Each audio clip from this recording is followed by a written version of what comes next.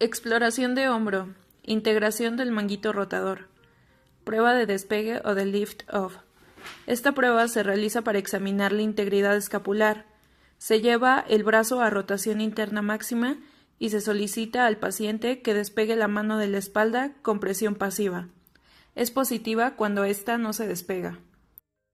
La prueba de compresión abdominal o belly press se usa para valorar la integridad escapular. Se coloca la mano del paciente en el abdomen con abducción del brazo y se dirige el brazo hacia adelante. Esta prueba es positiva cuando no se puede mantener la posición. Signo de la caída. Este signo nos habla de la integridad del infraespinoso. Se sostiene el brazo a 90 grados de elevación y cerca de rotación interna con el codo flexionado a 90 grados. Se suelta la muñeca y este es positivo cuando no se mantiene en la posición. Pinzamiento de NIRP. Se valora el dolor en pinzamiento del troquínter contra el acromión.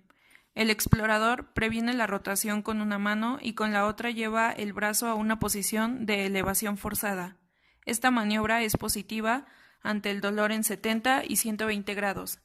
Hay una modificación hecha por el Dr. Cruz en donde se hace una rotación interna y suave del brazo en posición con el pulgar hacia el piso. Esta maniobra de igual manera es positiva cuando hay dolor ante los 70 y a los 120 grados. Prueba de pinzamiento. El dolor es eliminado al realizar una infiltración de 10 mililitros de lidocaína al 1% en el espacio subacromial. Este desaparece al realizar las maniobras anteriores.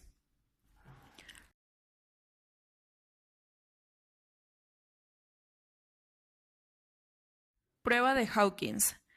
Esta se realiza flexionando el húmero a 90 grados y rotación interna forzada del hombro. Esta es positiva ante el dolor.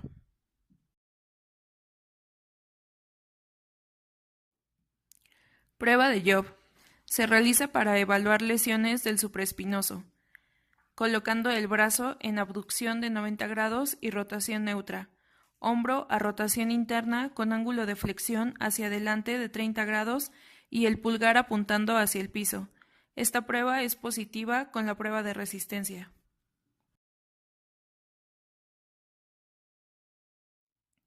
Signo de Yegarson. Consiste en mantener el codo a 90 grados y el antebrazo en supinación. Se pide al paciente que haga supinación oponiéndole resistencia en la muñeca mientras el paciente intenta llevar el antebrazo a supinación. El dolor localizado en la corredera bicipital indica una lesión en la porción larga del bíceps o sinovitis de la vaina tendinosa de este tendón. Prueba de carga y movilización. Load and shift. El paciente debe estar de pie con el brazo en abducción de 45 grados y el codo flexionado 90 grados. Se toma el antebrazo y el brazo, se hace compresión de la cabeza humeral hacia la glenoides y se realiza traslación anterior, posterior, superior e inferior. Prueba de aprehensión y recolocación de Job. Se divide en dos fases. La fase 1 es la fase de subluxación. El paciente se coloca en posición supina en el brazo en rotación externa y abducción.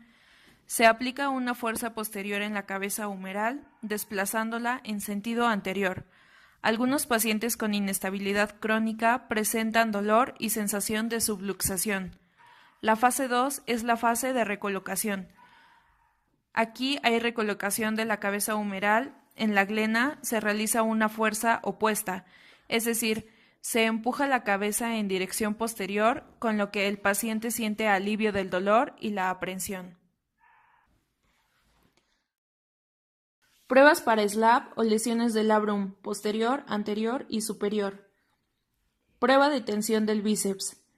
En esta hay resistencia del hombro a la flexión con el codo extendido y el antebrazo en posición supino.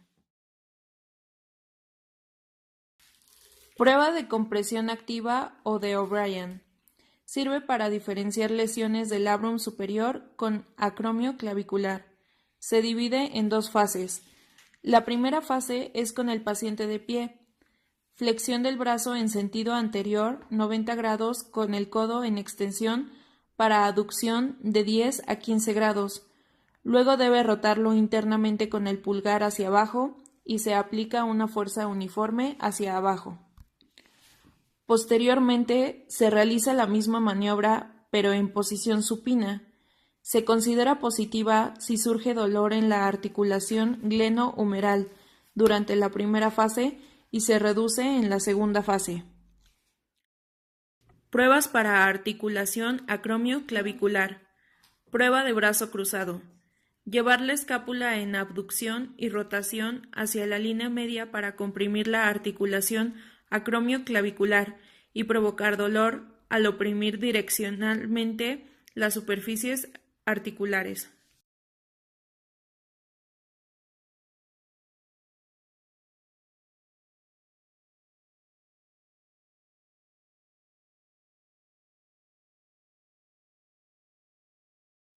Exploración física de codo. El codo está formado por tres articulaciones: articulación húmero-radial, articulación radiocubital y articulación húmero-cubital. Ante la inspección, se tienen que extender los brazos en posición anatómica y ver si los ejes longitudinales del brazo y antebrazo forman un ángulo lateral, valgo. El ángulo de carga normal en hombre es de 5 grados y en mujer es de 10 a 15 grados. La disminución de ángulo de carga se denomina ángulo en varo. Ante la palpación, se tiene que buscar la epitróclea, esto en la línea supraepitroclear del húmero. Se mueve la mano hacia arriba en línea recta y se palpa la saliente ósea. La palpación del olecranon se efectúa en abducción y en extensión del brazo hacia el olecranon. Para la palpación del olecranon se efectúa abducción y extensión del brazo hasta que el olecranon se vuelva visible.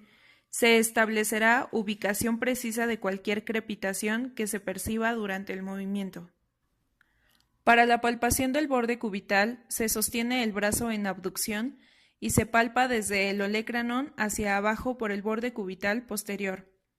Para la palpación del radio, con el brazo en abducción, se pide al paciente conservar el codo en flexión de 90 grados y girar en prono supinación.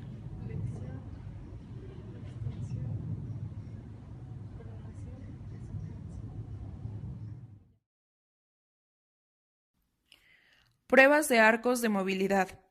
Se pide al paciente que haga flexión de codo y trate de inspección de mano y muñeca. Movilidad.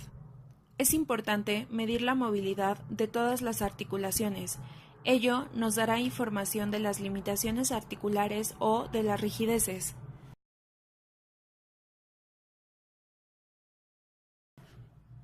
Maniobra de Fallen. Es positiva ante la afectación del túnel carpal. Valora el túnel carpal y el nervio mediano al sostener la posición. Durante 1 minuto, el paciente refiere hipo o disestesias en el territorio del nervio mediano. Es importante saber que esta maniobra también se puede realizar como Fallen invertido. Maniobra de Finkelstein o de Eichhoff, la original. Según la literatura, la maniobra de Eichhoff se realiza flexionando el pulgar y dejándolo dentro de los demás dedos flexionados, y la maniobra de Finkelstein se realiza con el pulgar flexionado y los demás dedos extendidos. A esto se le agrega una desviación cubital y el paciente suele referir dolor ante estos movimientos. Este valora la tendinitis de Kerbein. Aparece dolor en tendones, extensor corto y flexor largo. Maniobra de percusión o de Tinel.